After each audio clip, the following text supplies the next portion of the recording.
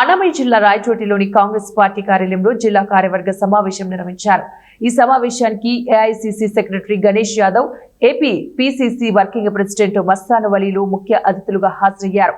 దేశంలో ఓట్ల చోరీ జరిగిందని, పవర్ ప్లాంట్ ప్రెజెంటేషన్ ద్వారా మొత్తం దేశ ప్రజలను రాహుల్ గాంధీ ఆధారాలతో చూపించాలని, దీనికోసం దేశవ్యాప్తంగా ప్రజల నుంచి సంతకాలు కూడా సేకరించడం జరుగుతోందని వారు కార్యకర్తలకు తెలియజేశారు. నరేంద్ర మోదీ నేడు జీఎస్టీ తగ్గించమని ప్రచారాలు చేస్తున్నాడని, ఇంధనం పైన జీఎస్టీ ఎందుకు తొలగించడం లేదో నరేంద్ర మోదీ చెప్పాలని వారు ప్రశ్నించారు.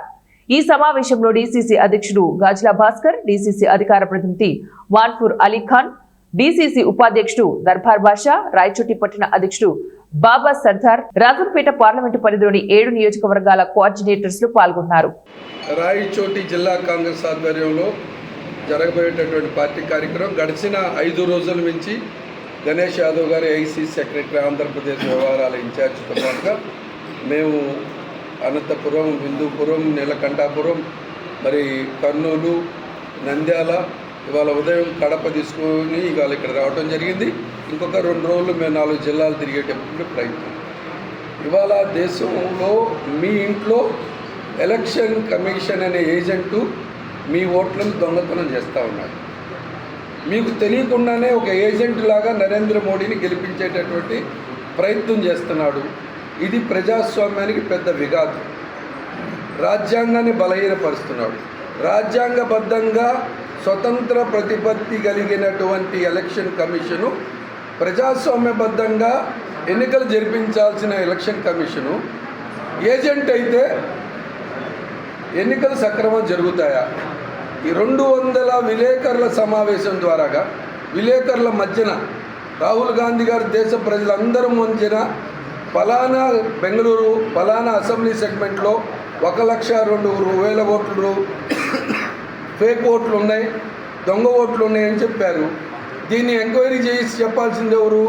Election commission. తప్పు జరిగిందా, రైట్ జరిగిందని చెప్పడం ఒక్క మాట, అఫిడవిట్ ఇమ్మంటారు.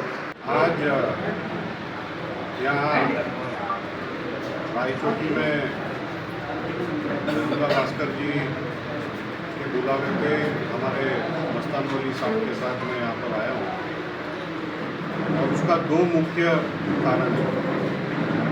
सबसे बड़ा कारण ये है कि आज देश भर के अंदर वोट चोरी गद्दी चोर जो कैंपेन कांग्रेस पार्टी के माध्यम से चल रहा है, उसके ऊपर से आज कैसे काम हो रहा है और उसमें पार्टिसिपेट करने के लिए आज मैं यहाँ पर।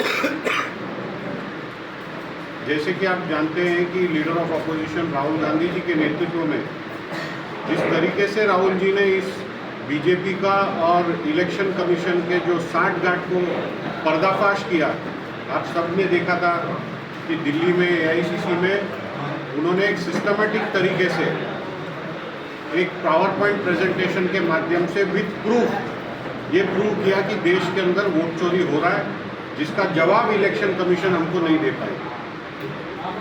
और जवाब नहीं देने के वजह से आज हम जनता के दरबार में जा रहे हैं और एक सिग्नेचर कैंपेन का आयोजन किए हैं कि राहुल गांधी जी जब भी अगले टाइम इलेक्शन कमीशन जाएंगे तो इस देश की जनता के आवाज़ बनकर ये सिग्नेचर्स को लेकर जाकर उनको देंगे कि देश की जनता डेमोक्रेसी में मानती है और डेमोक्रेसी का नींव जो है वो इलेक्शन है।